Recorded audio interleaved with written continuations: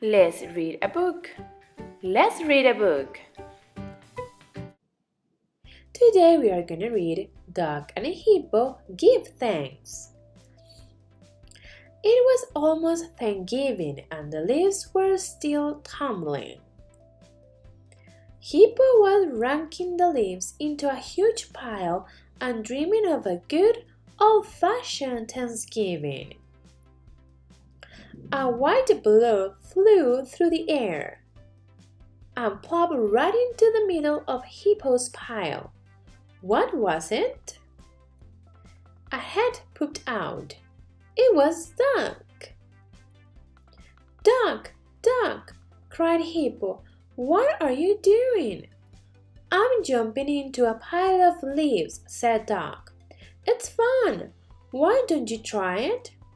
I'm trying to make the pile all nice and tidy, Hippo said with a huff. Just then an apple fell on Hippo's head. Hippo rubbed his head, polished the apple, and handed it to Duck. For you, he said. Thanks, Hippo, Duck said. Speaking of giving thanks, said Hippo, tomorrow is Thanksgiving. Let's celebrate together. Yes, said Duck. I'll help. And let's invite all our friends. To get ready for the feast, Duck and Hippo went shopping. Duck said, I want to ride in the basket. She grabbed food as they zoomed down the aisles. Faster, squeaked Duck. Then Duck jumped out and Hippo squeezed in. But the shopping cart wouldn't budge. And when Hippo tried to squeeze out, I'm stuck, cried Hippo.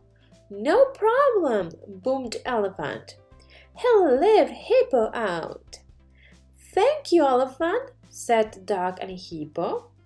And Duck invited him for Thanksgiving. Delighted, boomed Elephant. Hippo wanted some crusty bread for their good old-fashioned Thanksgiving. So Duck and Hippo got in line at the bakery.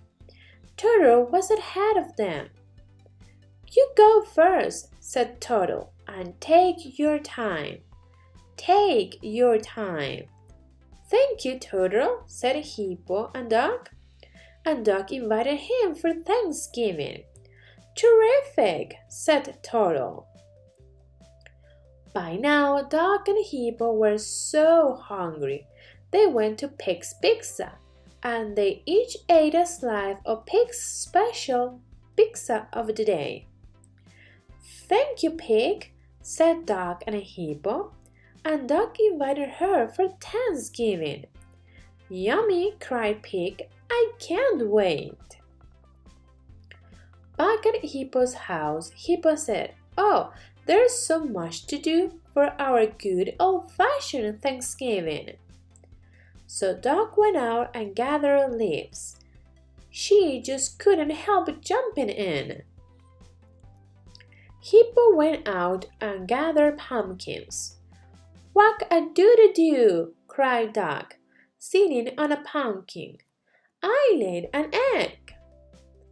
Then Duck gathered acorn squashes. Let me help you, Duck, said Hippo. Lastly, Duck and Hippo gathered apples and headed back inside. But they bumped into each other at the door. Whoops! Hippo bowed and said, After you, dear Duck. Then, together, they decorated the table with leaves and squashes and perfect little pumpkins. When they were done, Duck did a dance on the tabletop and sang, Ta-da! See you tomorrow, she said, jumping off. That night, Hippo went to sleep and dreamed of a good old-fashioned Thanksgiving. Before Duck went to bed, she told their friends, Let's make something special for Hippo. The next day, Hippo was busy. He baked a good old-fashioned apple pie, and a good old-fashioned pumpkin pie, and a good old-fashioned acorn squash. And his house filled with a good old-fashioned smell. He couldn't wait for his good old-fashioned Thanksgiving to begin. But it was getting late. Hippo looked out of the window. The full harvest moon was rising over the trees. Night had come, but where, oh where, were Hippo's friends? "We're here!" cried Duck, and they all piled into Hippo's house. "Sorry we're late, but we're all finishing up a special surprise for you."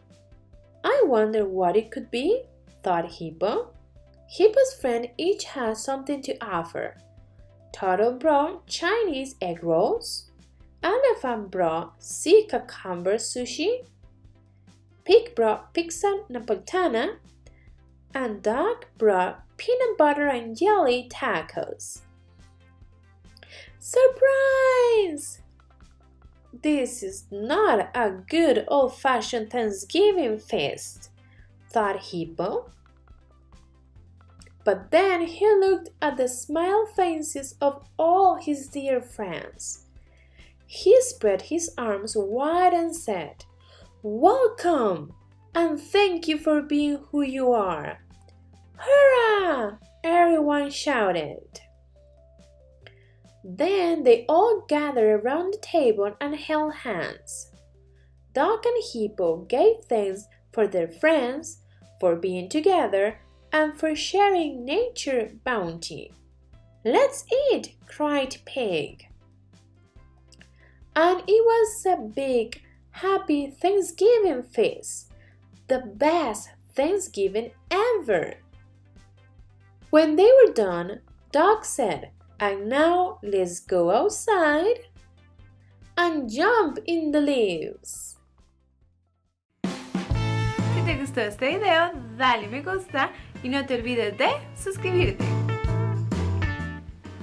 También entra a www.claudacosta.com para adquirir práctica de este y de otros temas, productos exclusivos y tener la oportunidad de matricularte a mis clases de inglés.